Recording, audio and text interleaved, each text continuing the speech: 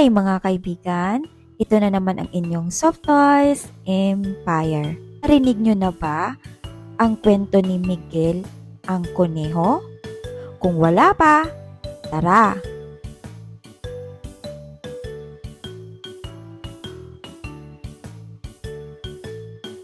Sa isang malayo at mapayapang kagubatan, may isang mabait na kuneho na nangangalang Miguel. Si Miguel ay isang masayahing kuneho na palaging naglalaro at nag-e-enjoy sa kagubatan kasama ang kanyang mga kaibigan na iba't ibang hayop.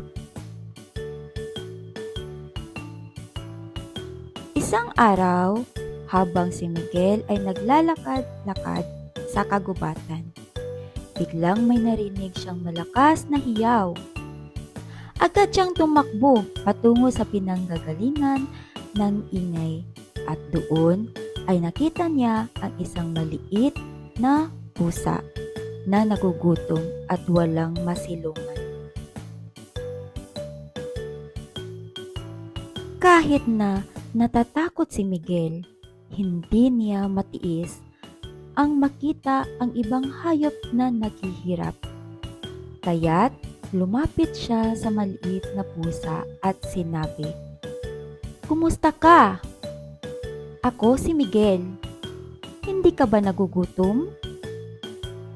Tara, samahan mo ako sa bahay namin at ihahanda ko para sa iyo ang pinakamasarap na pagkain." Nang makarating sila sa bahay ni Miguel, agad niyang pinaalam sa kanyang pamilya ang tungkol sa maliit na pusa.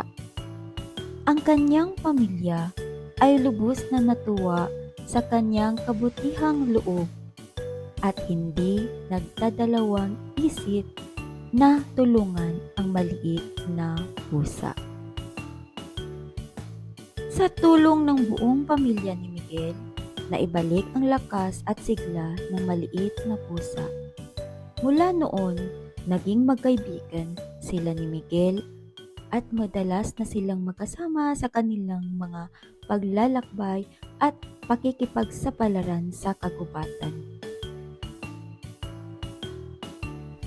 Sa bawat hakbang ng kanilang pagkakaibigan, napatunayan ni Miguel na kahit gaano kaliit o kakaiba ang isang tao o hayop, ang pagiging magkaibigan at pagtulong-tulong ay tunay na nagbibigay ng ligaya at kahulugan sa buhay. Ang kwento ni Miguel Conejo ay maaaring magpahiwatig ng ilang mahalagang aral tulad ng pagiging mapagkumbaba, pagtulong sa kapwa at pagpapahalaga sa pagkakaibigan. Sa pamamagitan ng pagtulong ni Miguel sa maliit na pusa, pinakita niya ang kahalagahan ng pagiging mabuti at mapagmahal sa kapwa. Diyan nagtatapos ang ating kwento. Salamat! Bye-bye!